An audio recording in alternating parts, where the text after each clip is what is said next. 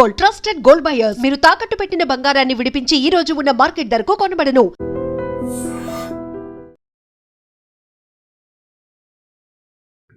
Welcome to IT news. This is Pavan. ప్రస్తుతం నేనైతే Telangana Jagruthi party office దగ్గర అయితే ఉన్నాను. ఇక్కడ మరి కొంతమంది ఉన్నారు. 25వ తారీఖు ఏదైతే పార్టీ ఆవిర్భావించబోతున్నారో సో దానికి సంబంధించి మాట్లాడడానికి మనకి రాష్ట్ర నాయకులు మేడి నరేష్ గారు ఉన్నారు. ఒకసారి అడిగి తెలుసుకుందాం. హాయ్ అన్న. నమస్తే. నమస్కారం. నా ముఖ్య ఉద్దేశం ఏంటి, ఈ పార్టీ పెట్టడానికి గల కారణం ఏంటి అంటే కవిత అడిగితే ఏదైనా వచ్చేస్తుంది లిటరలీ చెప్పాలంటే. కానీ ఈ టైంలో ఇప్పుడున్న పరిస్థితుల్లో పార్టీ పెట్టడానికి ఎలాంటి నిర్ణయాలు తీసుకోవాలి అంటే ముఖ్యంగా ఈరోజు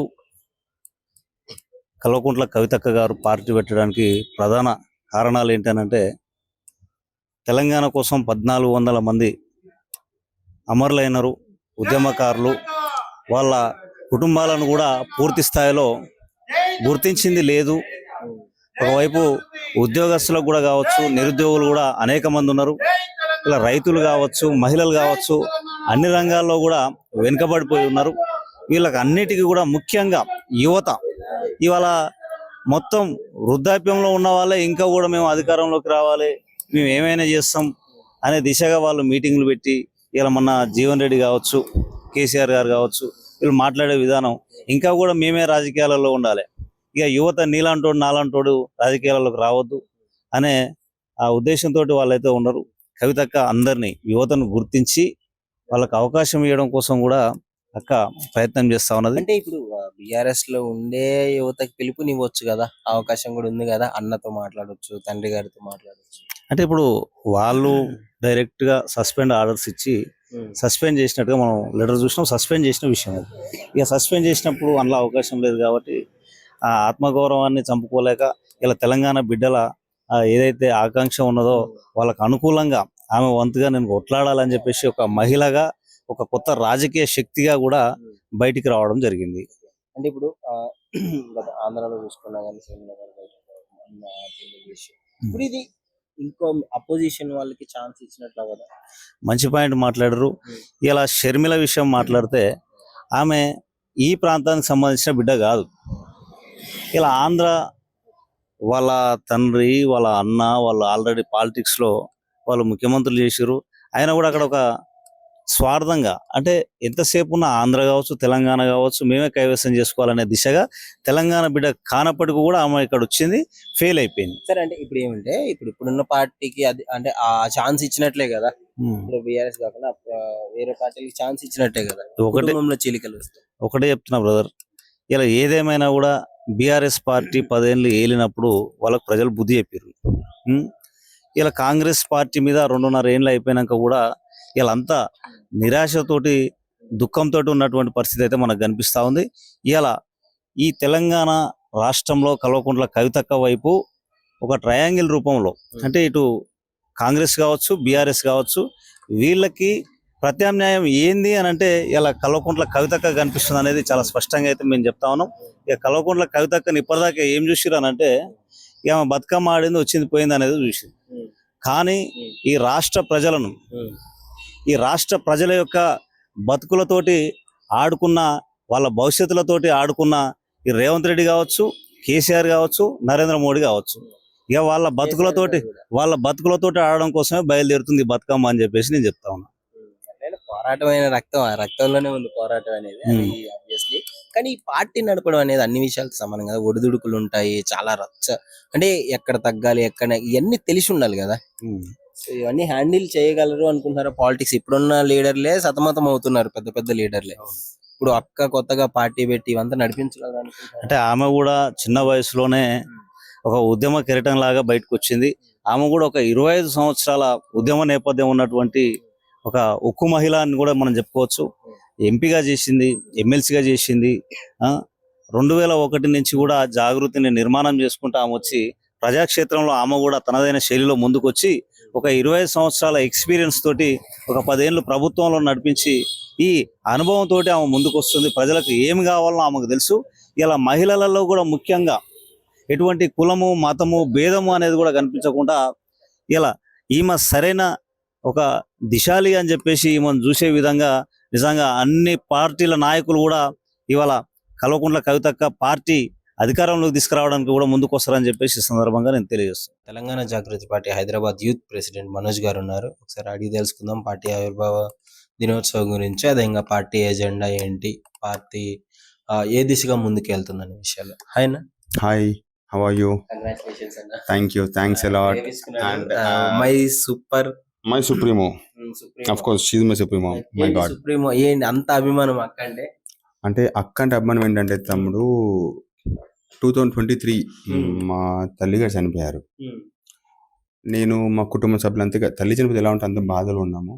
ఆ టైంలో అక్కగారు నాకు చెప్పకుండా మా ఇంటికి వచ్చారు. ఓకే.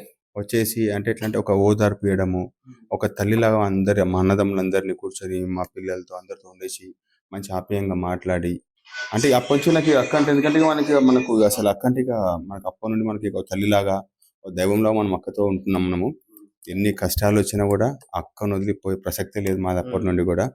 అండ్ ఈ రోజు కూడా పార్టీ పెట్టడానికి ముఖ్య కారణం ఏంటంటే గత ప్రభుత్వం, ఇప్పుడున్న ప్రభుత్వం తెలంగాణ ఉద్యమకారులకు కానివ్వండి, చేసిన తెలంగాణ ప్రజలకు చేసినటువంటి మోసాల గురించి కానివ్వండి, ఓకే, అక్క అరికట్టేందుకు అక్క పెడుతున్న కొత్త పార్టీ ఇది. ఎందుకంటే ఇప్పుడు అక్క పెట్టే ముందు జాగృతి జనం బాట పేరుతో 19 జిల్లాల దాకా దాదాపు తిరిగింది. అప్పుడు ఓన్లీ అక్క పాదయాత్ర చేయలేదు. అప్పుడు ఓన్లీ అక్క ప్రజల సమస్యల కోసం వెళ్ళి పోరాడింది, తెలుసుకుంది సమస్యలు, నిలబడింది అందరితో. మీరు చూసుంటారు ఖమ్మంలో హైడ్రా ఇష్యూ వల్ల అక్క 3 రోజులు ఇక్కడ నిరాహార దీక్ష చేసింది. మొన్న ఒక దగ్గర దీక్షకి వెళ్ళింది అక్క. అంత ముందుకు సిటీ చిక్కడపల్లి లైబ్రరీ దగ్గర ఓకే నిరుద్యోగ సమస్యలపై అక్క నిలబడి పోట్లాడింది. ఓకే, ఇలా అక్క ఎట్లా అంటే ప్రతి సమస్యల దగ్గర వెళ్తుంది అనమాట. అండ్ ఇంతవరకు ఎవరు పెట్టినటువంటి ఉద్యమకారుల మహాసభ పెట్టిన ఘనత దక్కింది అంటే మన కవిత గారికి ఒకదానికి. గత ప్రభుత్వం పెట్టలేదు, ఈ ప్రభుత్వం పెట్టలేదు. అండ్ ఇంత పెద్ద సభను అక్కబెట్టి ఉద్యమకారులందరినీ కలుపుకొని పోయేసి ఈరోజు ఒక నవ తెలంగాణ కోసమని, అట్లాంటి ఒక కొత్త రకమైన తెలంగాణ కోసమని మహిళలకు కల్పవృక్షం లాగా ఓకే ఆ ఉద్యమకారులకు వాళ్ళకి ఏదైతే హామీలు చేశారో గత ప్రభుత్వము అవన్నీ ఇచ్చేందుకు, మెయిన్ అక్క యువతకు నిరుద్యోగ సమస్యను నిర్మూలించనీకి ఓకే ఇట్లా అంటే అక్క మేనిఫెస్టో చెప్తున్నా బ్రదర్, బొమ్మ కనిపిస్తుంది అందరికీ. You wait and see on 25th. Okay, I request all the Telangana state people, please do attend the party launching day is 25th of this month at Munirabad, Medchal. Please do come. అన్నగారు brother మీరు రెండో రోజు అందరు కూడా okay దాదాపు ఒక 1,00,000 పైచిలకు వరకు జనాలు వచ్చే అవకాశాలు ఉన్నాయి ఈ కార్యక్రమానికి. అంటే ఇప్పుడున్న పార్టీలకి పార్టీ పెట్టడం అంటే ఎగ్జాక్ట్లీ ఒక ఆపోజిట్ గా వెళ్ళడం అన్నట్టే లెక్క. సో ఎలా నీ జీవితంలో అంటే నేను నిన్న అడుగుతున్నా బ్రదర్, నీ జీవితంలో జైలుకు పోయినాను, జైలు పోసే సమస్య తెలుస్తుంది, ఆ ధైర్యం తెలుస్తుంది. అంత తిహార్ జైలుకి వెళ్ళేసి ఒక 6 నెలలు ఓకే పిల్లలకు దూరమై ఓకే కుటుంబానికి దూరమై చెడ్డ పేరు అంటే సోషల్ మీడియాలో వస్తున్న వైరల్ తెలుసుకుంటూ కూడా అక్క నిలబడిన చూడు, అక్క ధైర్యం అనేది తెలిసింది మనందరికీ.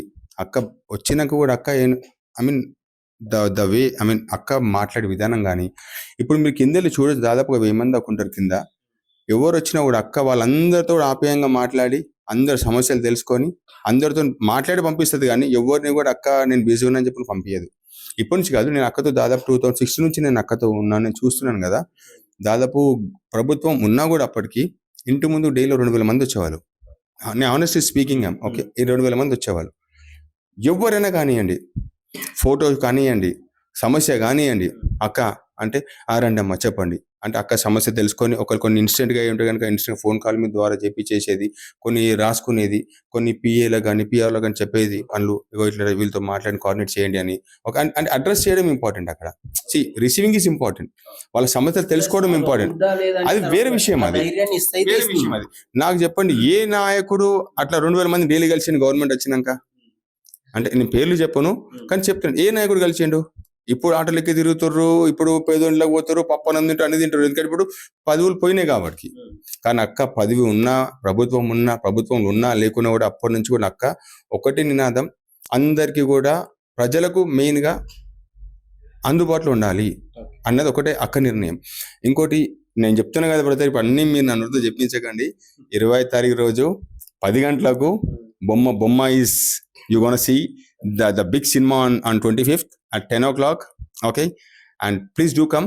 ఐ రిక్వెస్ట్ అందరు తెలంగాణ రాష్ట్ర ప్రజలందరూ కూడా హృదయపూర్వకంగా వినతి చేస్తున్నాము.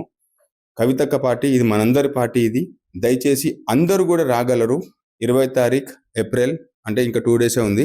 20 తారీఖు ఏప్రిల్ ఉదయం 10 గంటలకల్లా మన కవితక్క మన తెలంగాణ రాష్ట్ర చరిత్ర సృష్టించబోయే పార్టీని స్థాపించబోతున్నారు.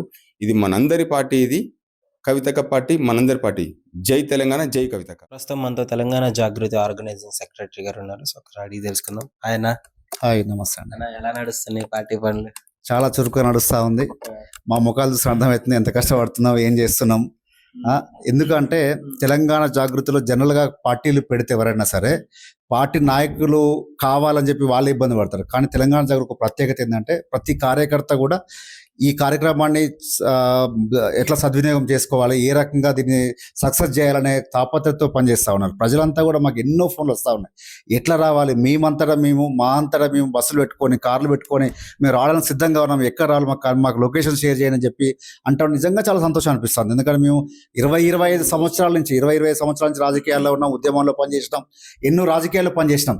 కానీ ఇంత ఆదరణ దొరుకుతుందంటే నిజంగా చాలా సంతోషం అనిపిస్తుంది. దానికి ఒకటే ఒక కారణం కవితక్క గారి మీద నమ్మకం, వారి యొక్క మొండితనం మీద. వారు ఏదైనా పట్టుబడితే అది సక్సెస్ అయ్యేదాకా, గమ్యాన్ని ముద్దాడదాకా కూడా వారి వెనకాడుకు వేరు చెప్పి ఒక నమ్మకంతో తెలంగాణ ప్రజలు ఉన్నారనే ఒక ఆకాంక్షతో మేము ముందుకు పోతా ఉన్నాం. కాబట్టి 100% ఈ సభను సక్సెస్ చేసుకుందామని ప్రిపేర్ అవుతా ఉన్నాం. మెయిన్ అజెండా ఏంటి, అసలు మెయిన్ పార్టీ పెట్టడానికి రీజన్ ఏంటి అంటే ఏం చెప్తారు?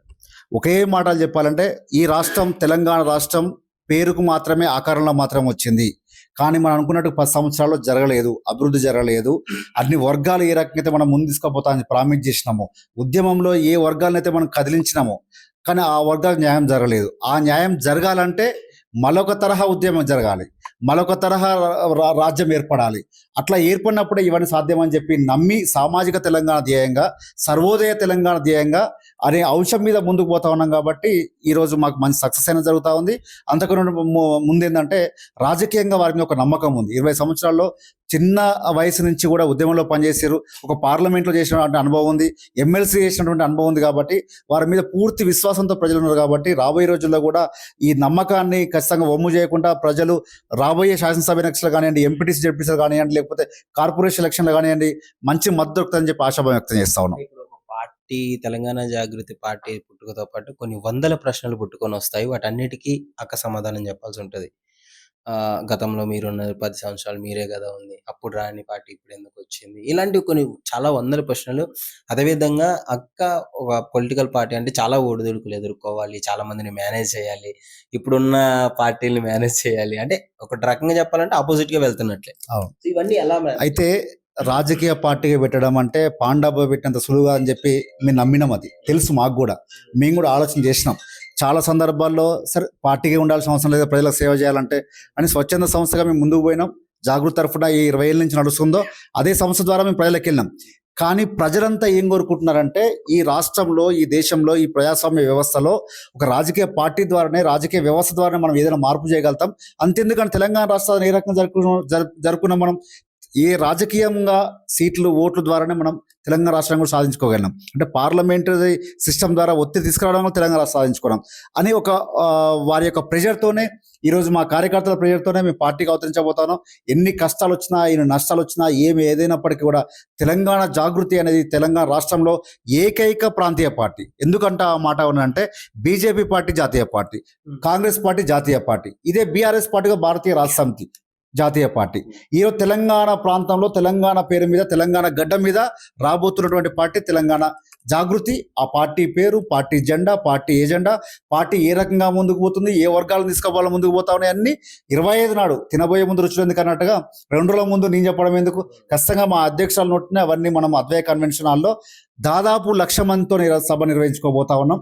సరే సభ అక్కడ ఎంతమంది ఉంటారా, రోడ్ల మీద ఎంతమంది ఉంటారు కాదు, మేము అనుకున్న దాదాపు 40-50 వేలు అనుకున్నాం. కానీ అది 50 వేలు 1,00,000 దాకా పోయే అవకాశం ఉంది. అయినప్పటికీ కూడా మేము వద్దని ఎంత విన్నవించుకున్నా కూడా ప్రజలు తన సొంతంగా కూడా వచ్చేటువంటి పరిస్థితి కాబట్టి వాళ్ళకి అన్ని ఏర్పాట్లు చేయడానికి మాత్రం సిద్ధంగా ఉన్నాం. Hi sir. హాయ్ అండి, అందరికీ నమస్కారం. April 25 Advai convention hall, Medchal, Munirabad exit 6 ముందు. ఆ రోజు చాలా భారీ ఎత్తున శ్రీమతి కల్వకుంట్ల కవిత గారు రాజకీయ ప్రకటన చేస్తున్నారు. ఆ రోజు తెలంగాణలో అన్ని జిల్లాల నుంచి గ్రామాల నుంచి చాలా భారీ ఎత్తున మా జాగృతి కార్యకర్తలు ప్రజలు భారీ ఎత్తున తరలి వస్తున్నారు. సో ఆ రోజు మా పార్టీ పేరు, ఎజెండా సామాజిక తెలంగాణ లక్ష్యంగా ఏర్పాటు చేయనున్నాము. దాని గురించి ఆ రోజు చాలా భారీ ఎత్తున కవిత గారు వివరించున్నారు. సో అంటే ఎందుకని ఇలాంటి డెసిషన్ తీసుకోవాల్సి వచ్చిందంటే ఏం చెప్తారు? మనం తెలంగాణ వచ్చిన తర్వాత గత 10 ఏళ్లలో మనం సామాజిక తెలంగాణ అనే నినాదము నీరు నియామక నిధులు అనే నినాదంతో ముందుకెళ్ళాం. సో ఈ 10 ఏళ్లలో మనకేమో ఏవైతే అనుకున్నామో దానికి న్యాయం జరగలేదు. సో సామాజిక తెలంగాణ లక్ష్యంగా న్యాయం జరగలేదు కనుక కవిత గారు ముందుకు వచ్చేసి భారీ ఎత్తున సామాజిక తెలంగాణతో ముందుకెళ్తున్నాం. దీంతో పాటు చాలా పెద్ద ఎత్తున యువతకు, మహిళలకు మనకు ఏదైతే గత 10 ఏళ్లలో న్యాయం మన తెలంగాణ న్యాయం జరగలేదో దానికి ముందుకు తీసుకురావడానికి సామాజిక తెలంగాణ లక్ష్యంగా పెద్ద ఎత్తున మహిళలకు కానీ యువతకు కానీ న్యాయం చేకూర్చాలనే లక్ష్యంతో కవిత గారు ఈ నిర్ణయం తీసుకున్నారు. సో మనకు ఈ కొత్తగా ఏర్పడే పార్టీలో బీసీ సామాజిక వర్గానికి 50% రిజర్వేషన్తో మనం ముందుకెళ్తున్నాము. దాంతోపాటు అన్ని వర్గాల ప్రజలకి, మహిళలకు కానీ యువతకు కానీ మిగతా రైతులకు కానీ అన్ని వర్గాలకి న్యాయం చేకూర్చే విధంగా మేము ముందుకు వెళ్ళడానికి నిర్ణయించుకొని ఈ పార్టీ ఏర్పాటు చేయదలుచుకున్నాము. ప్రస్తుతం మనతో చారి గారు ఉన్నారు, రాష్ట్ర తెలంగాణ కార్మిక సంఘం అధ్యక్షుడు. సో ఒకసారి అడిగి తెలుసుకుందాము ఆ తెలంగాణ జాగృతి గురించి. ఆయన హాయ్. మెయిన్ ఈ పార్టీ పెట్టడానికి గల ఉద్దేశం ఏంటి, పెట్టబోవడానికి తెలంగాణ జాగృతి గురించి చెప్పాలంటే మీరు ఏం చెప్తారు? జై తెలంగాణ. ముందుగా మీ అందరికీ వందనాలు. ఈ ఛానల్తో అనేక మందికి ప్రేక్షకులను సంపాదించుకున్నటువంటి మీకు ముందుగా జాగృతి తరపున శుభాకాంక్షలు తెలియజేస్తూ, రాష్ట్రంలో తెలంగాణ ఉద్యమం మొదలైనప్పటి నుంచి అనేక కారణాల చేత నెట్టేయబడ్డ అనేక కుల సంఘాలు సామాజిక తెలంగాణ అంశంతో అలా కవితమ్మ ముందుకు రావడం. సామాజిక తెలంగాణ అంశం చాలా చక్కని అంశం. ఎందుకంటే రాజకీయాల్లో తెలంగాణ సాధించడం భౌగోళిక తెలంగాణ మాత్రమే ఏర్పడింది, సామాజిక తెలంగాణ ఏర్పడలేదు. సామాజిక తెలంగాణ సాధన కోసం కల్వకుంట్ల కవిత గారు పోరాటం చేస్తానని పిలిపించి ముందుకొచ్చిన తరుణంలో అనేక ప్రజా సంఘాలు మద్దతిస్తూ ఆనాడు బీసీ రిజర్వేషన్ 42% సాధన రిజర్వేషన్లో కాంగ్రెస్ పార్టీ అవలంబిస్తున్నటువంటి వింత ధోరణిని, ఆ దొడ్డ ధోరణి ఎండగట్టడానికి బీసీ కుల సంఘాల పక్షాన కవిత గారు నిలబడడం, 42% రిజర్వేషన్ కోసం మండలాలుగా, జిల్లాలుగా అనేక రౌండ్ టేబుల్ సమావేశాలు నిర్వహించడం, ప్రజలకు దగ్గరవడం, జనంబాట పేరుతో అనేక కార్యక్రమాలు నిర్వహించి ప్రజల్లో చైతన్యం నింపుతూ తన యొక్క కార్యక్రమంతో అనేక ప్రజలకు చేరువైన సందర్భంగా ఒక రాజకీయ పార్టీ వస్తే ఈ రాష్ట్రంలో బడుగు బలహీన వర్గాలైనటువంటి ఆశాజ్యోతులకు మేలువెత్తది.